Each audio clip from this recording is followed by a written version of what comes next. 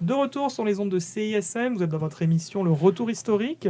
Je suis Alban Thomas et je suis accompagné de Kit Wallen. Ça va bien, Kit? Ça va toujours et toi, Alban? Eh ben, ça va très très bien. Super. Cette session, cette émission, on parle d'un sujet un peu spécial. On parle du tourisme. Chaque émission, on dit que c'est un sujet spécial. Mais lui, plus particulièrement spécial. Oui, parce qu'on a une invitée qui va venir nous parler. On va l'interviewer en deuxième partie d'émission. On va être avec Tammy Quiroy. Ça va bien, Tammy? Bonjour, ça va très bien, vous? Ça va très très bien. Donc, comme je le disais, on a clos un peu notre série d'émissions d'été. On a fait les festivals d'été, on a fait le festival Juste pour rire et l'humour. Et puis maintenant, on va faire... faut se rendre au festival. Le tourisme, l'hôtellerie. Ça aide un peu, hein? C'est ça, les grands hôtels. Faut bouger. Donc, c'est parti, on va faire ça.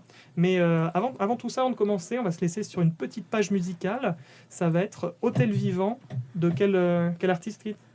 Hôtel Vivant de Flou. À tout à l'heure. À tout à l'heure.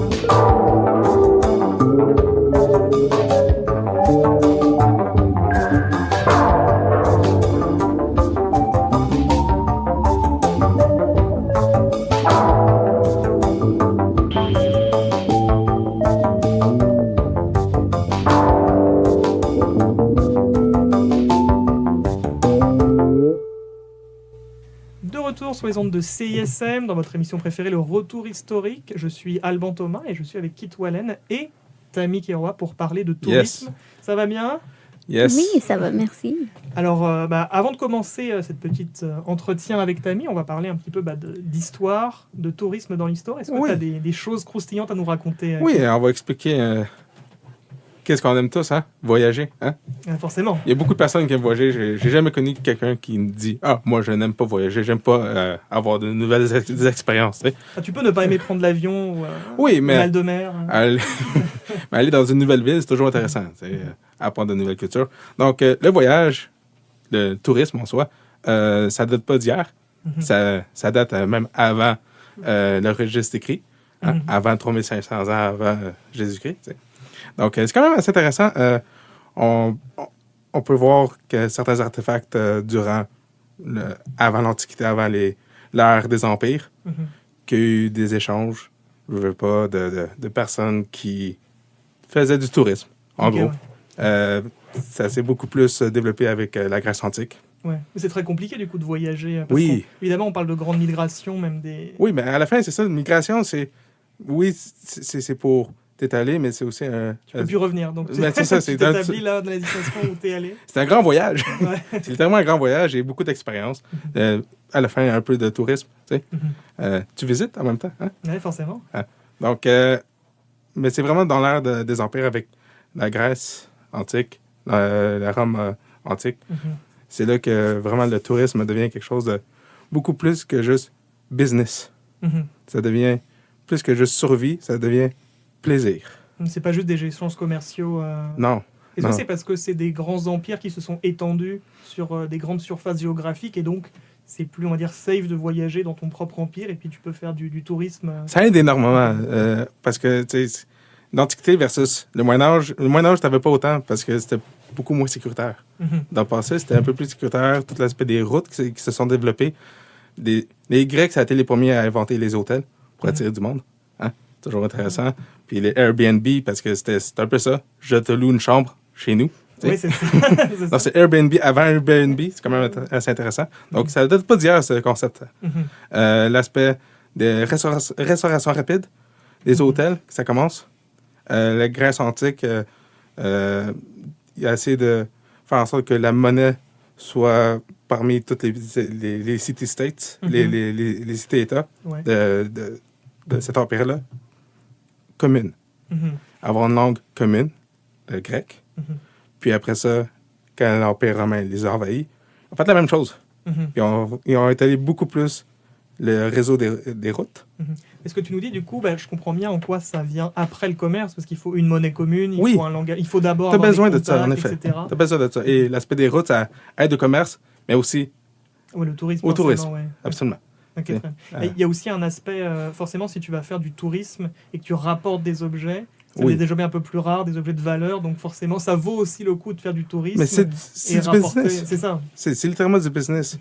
Tourisme, oui, on explore, on va chercher de nouvelles découvertes, on essaie d'apporter aussi notre culture ailleurs, mais c'est aussi très, très business. Hein? C'est le marchand qui vient de la Perse de la Perse antique jusqu'à, par exemple, à Rome. Oui, il va comme faire du commerce, mais c'est aussi culturel. Il apporte sa vie perse dans l'Empire un peu. Après, il faut aussi forcément du commerce, mais des relations avec les autres États. J'imagine que c'est là où il y a l'implantation d'ambassadeurs. Si tu as déjà Absolument. des points de contact qui Absolument. sont là, tu as des ambassadeurs qui sont déjà présents, qui peuvent faire la promotion Oui, de son propre pays, ou alors du pays des autres quand il revient. oui. Donc, le tourisme n'arrive pas comme ça en, Non, c'est en pas pouf premier. comme ça. C'est vraiment... C'est business en premier, Mhm. c'est politique, après ça, c'est le tourisme qui arrive. Mais faut pas oublier que la Grèce antique, qu'est-ce qui a beaucoup aidé, c'est d'avoir des lois communes. Donc, le monde se sentait un peu plus protégé, puisque tout le monde avait été régi sous les mêmes lois dans l'Empire. Donc, tu pouvais pas aller dans une place, c'était des lois différentes que tuer, c'est cool. Puis Ouais. un autre place, c'est comme tu peux pas tant tuer du Ouais. monde. Hein? Ou alors le danger de faire quelque chose, C'est ça. tu savais pas que c'était illégal et donc du coup tu te fais arrêter, puis ça C'est devient, ça. ça Et devient un peu puisque problématique. étranger égale business, argent, Mhm. ben, c'était pas mal bien protégé. Hein? Mhm. C'est ça. Ok, vraiment intéressant. Très intéressant. Donc, on va parler un peu de la transition après une petite pause musicale. Ouais. La transition au Moyen-Âge, où que le tourisme est presque inexistant. Un Donc, peu dangereux de se voyager. On va se laisser sur une petite musique du nom de Inconfortable des Hôtels Solaires. À tout à l'heure, tout le monde. À tout à l'heure.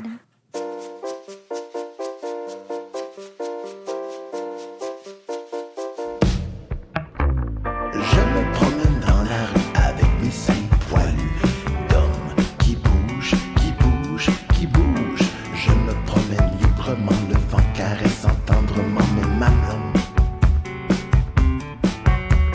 Je me promène sans sifflement, sans commentaire désobligeant. Je me promène dans la rue anonymement. Je me promène dans la rue le torse nu avec mes seins poilus qui bougent, qui bougent, qui bougent sans scandale. Sans scandale. Sans scandale. Sans scandale. Il y a une ligne imaginaire dans notre société. De notre bord, tout est permis pour une randonnée. De notre bord, la vie est belle dans la quiétude, dans la tranquillité. Quand mes yeux sont galopeux, j'en remarque sur mon chemin. Ce n'est pas sain de prétendre que je suis un saint. On devrait s'adoucir, on en croise au quotidien. Imagine-toi qui sont aussi poilus que les miens. Je suis un homme. Fais-toi un homme. Soyons des hommes. Sans scandale. Sans scandale.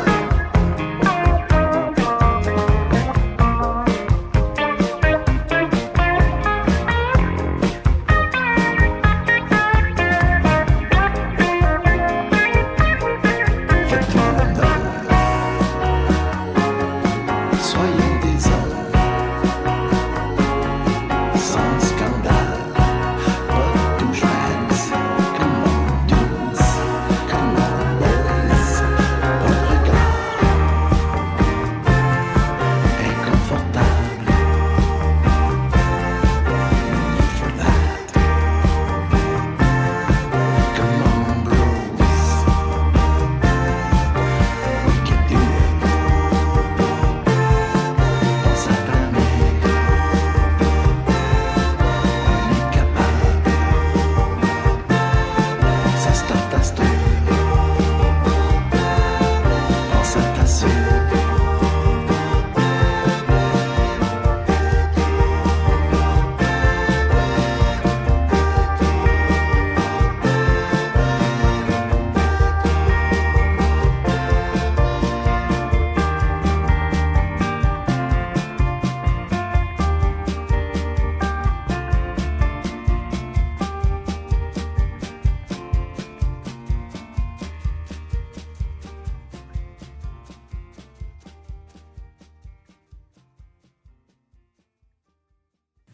De retour sur les ondes de CISM, je suis avec Kit Wallen et Tammy Kiroy. Allô, allô. Ça va bien? Ça va toujours. Et oui, on continue notre émission spéciale de retour historique sur l'hôtellerie et le tourisme. Kit nous avait parlé un peu de l'apparition du tourisme, on va dire comment est-ce que ça s'est développé à la Grèce, à la Rome antique. Est-ce que maintenant, tu as vendu un peu la mèche, mais on va parler un petit peu de la transition du Moyen-Âge. Comment est-ce que ça se passait le tourisme à l'époque finalement? Oui, en fait, j'ai une question pour toi, Tammy. Oui, bien sûr. Est-ce que... Ça commence. Oui, ça commence. On commence ici, hein? Retour historique. Le tourisme au Moyen-Âge, selon toi, c'est quoi? Selon moi, je dirais que c'est plutôt l'échange de alliances.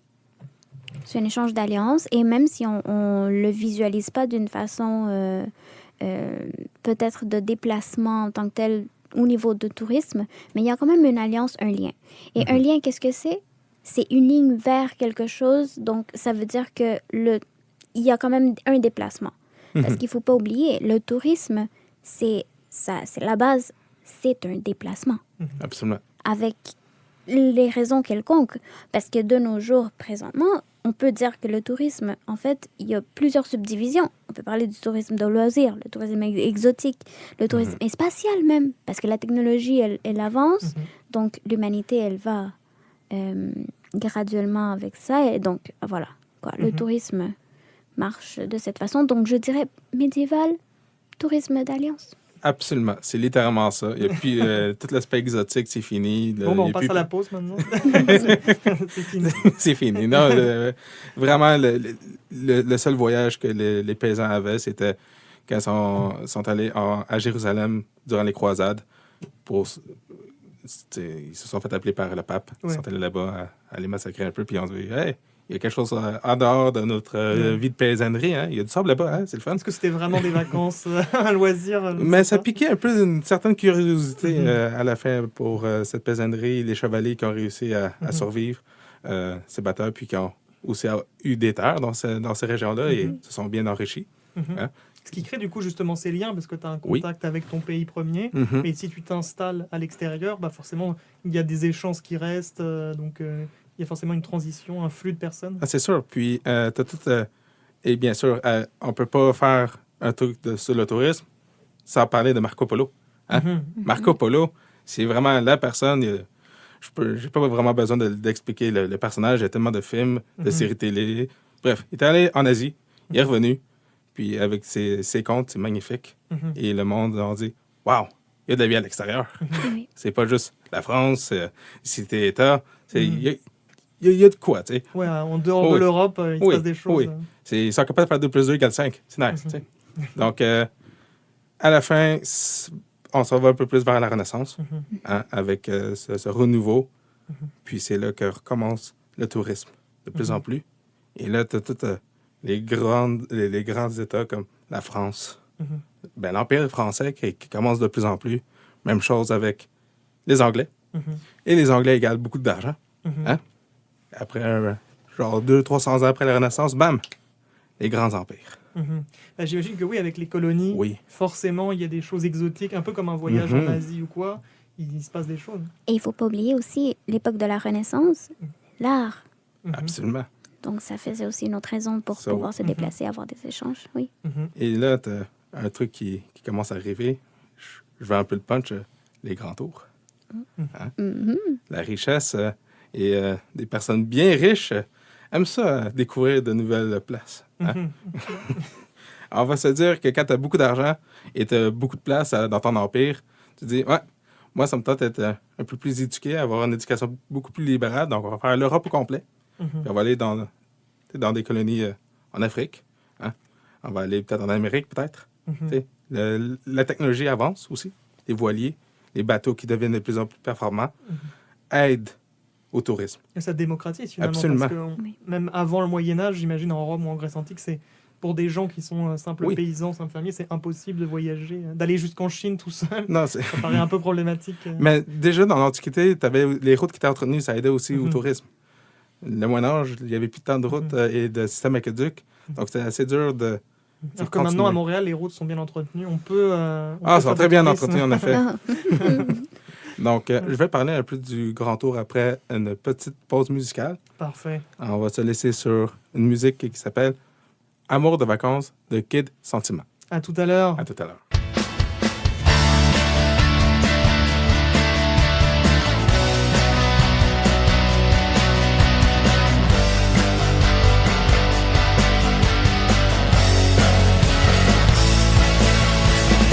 Amour de saison, amour de saison, ça nous dure autant mais ça semble long quand le doux éclat de l'adolescence s'en va.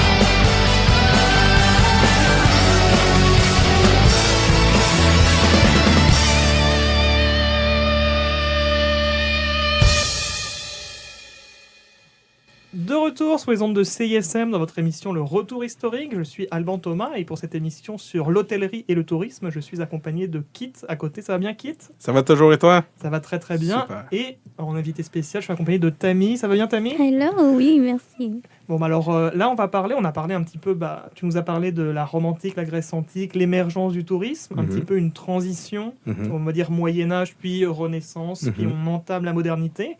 Oui. Est-ce que tu nous as un petit peu teasé, tu allais parler des grands tours, de tout ça? Oui. Est-ce que tu as des anecdotes à nous raconter? Quelque chose d'assez drôle durant les grands tours, si les riches n'étaient pas physiquement très fit pour faire le grand tour, ils pouvaient engager des personnes pouvant les porter sur des bancs. Littéralement, faire les Alpes assis sur un banc, porté par 4 messieurs. Hein? Alors, explicitement, c'est quoi le grand tour? C'est des personnes riches qui font le tour de leur empire ou qui font le tour de la planète? Qui font le tour de l'Europe principalement.